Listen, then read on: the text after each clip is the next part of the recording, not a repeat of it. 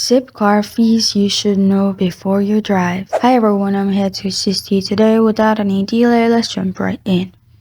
There are different fees for Zipcar. So the first one is application fee. A one-time $25 application fees applied when a driver applies for membership. It's for driver.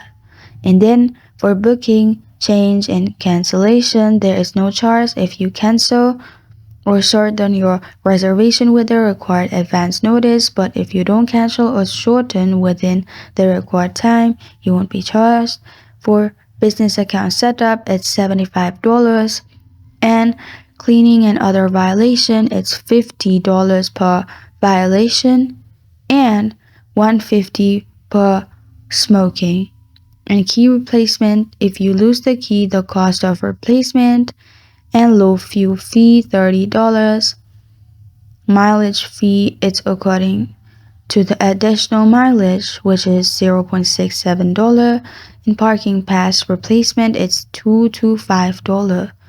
And then retrieval fee $2.75 for New York market.